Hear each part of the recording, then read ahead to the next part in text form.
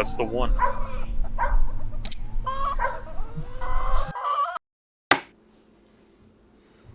Good afternoon. Welcome back to another episode of Quick Cooks and Quality Eats with Josh Smith and Dalton Claghorn. We are at Chad and Darla Sparks' house today, coming at you live with, like we said, some quick cooks and quality eats.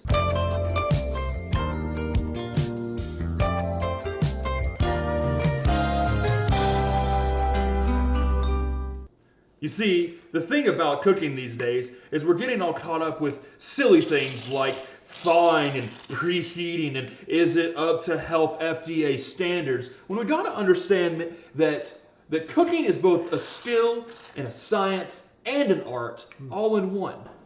See, before you go ahead and get this ready to eat, you want to get off all feather residue, which means we're going to lather this down with shaving cream and we're going to shave this turkey. So Josh, just take over and show us that shaving technique. So the problem with most students these days is they don't even know how to shave. They ask me all the time, Josh, when will I be a full-grown man? How can I have such a hairy, straggly beard like yours? Why in the world would I ever need arm hair?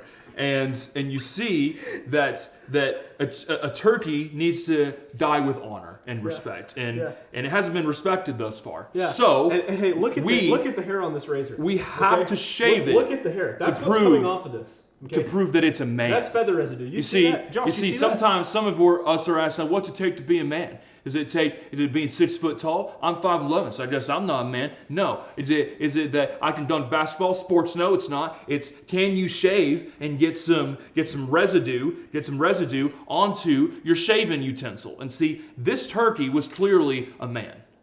Now, in my experience, which is vast, in order to have a really tender bird, you want to get some good whips. Josh is really doing a good job with the brass knuckles. Now, ow! Don't really want to What are you guys doing? Is it not obvious? After one dropped misdemeanor charge of breaking and entering from Pastor Chad Spungus and his wife Dangus Spungus, and a meeting with Sandy Amory from HR, Dalton and I both have our jobs still. And so with that, we will continue the process of cooking an unthawed turkey in less than 45 minutes. You may be wondering what it is I'm doing. Now, I'm wondering that. some people want to moisturize their turkey. Some people want to fry it. Some people want to bake it. But here's the thing. You want to bathe it in love. You also want to season it with flavor. And so we're bathing it and seasoning it by seasoning it with bath salts. The thing about bath salt is, have you ever had regular salt? No. Well, it's like that. But with bath in the name. Now, you really don't want to overdo it, so we're using a conservative amount. I've had moments in the past where people just overdid it, and that wasn't good. I'd like to think of myself as a turkey chef who not only knows how to do it a lot, and not one who also knows how to do it a little, but one knows how to do it just right. And you're maybe wondering, what do I mean by that? Me too. Now, I believe, rather than having just one type of cereal, I believe in a plurality of textures. And that's why it may be Captain Crunch, but it's captains of the crunchiness. To the untrained eye, you may think that we overdid it on the Captain Crunch. And to which I will say... Amateurs. Bunch of people who don't approve of us. Who are Bunch you? of people who wouldn't let us come onto their PE dodgeball team in high school. Who are you, Look oh at you, man? Craig. Who are you, oh man, to question the amount of seasoning I put on my turkey? That deserves a double slap of approval. Happy holidays. Now you might be wondering, Chef Josh, Chef Dalton, I love your work. I think you're aficionados in all your fields. You must have so many friends and so much respect from your peers. But I have one question. If the turkey isn't thawed and you only have 4 minutes left before Meemaw and Pappy Pap come for Thanksgiving dinner, what are we going to do? How are we going to make it warm, nice and toasty, so Meemaw and Pappy Pap still are our friends after Thanksgiving? You might be wondering that. Well, here's your solution. Coppertone. Show them the bottle, Josh. This is a bottle Of Coppertone Sport. 30 SPF. 4 in 1. Yeah. I don't know what 4 things it covers, but one of them has to be turkey-based. Now look at me and look at me good. I remember very vividly when I was a kid, every day for a summer, if I would cook and I'd either overcook it or undercook it, Nanny Ma would kick my kneecap in. And I actually to this day still have a limp.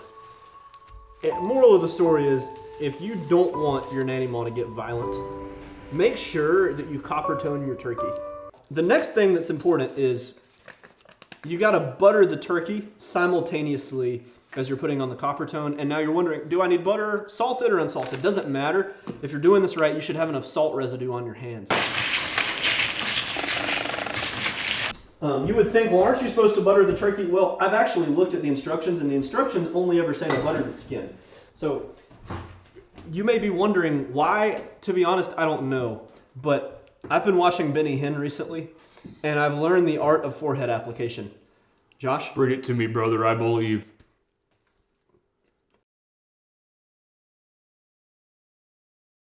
Next comes fire.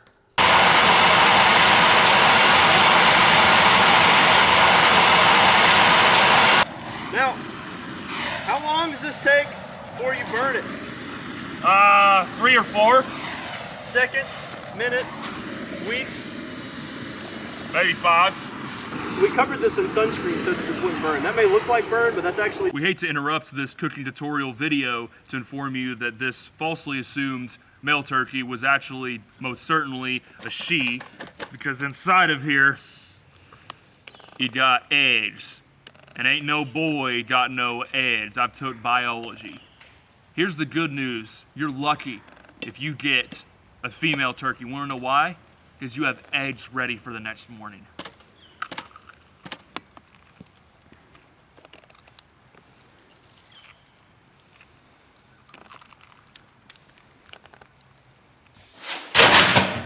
And now to tuck in this lovely bird into a beautiful bed of flavor. A carnage. Perfection. Happy Thanksgiving, everyone.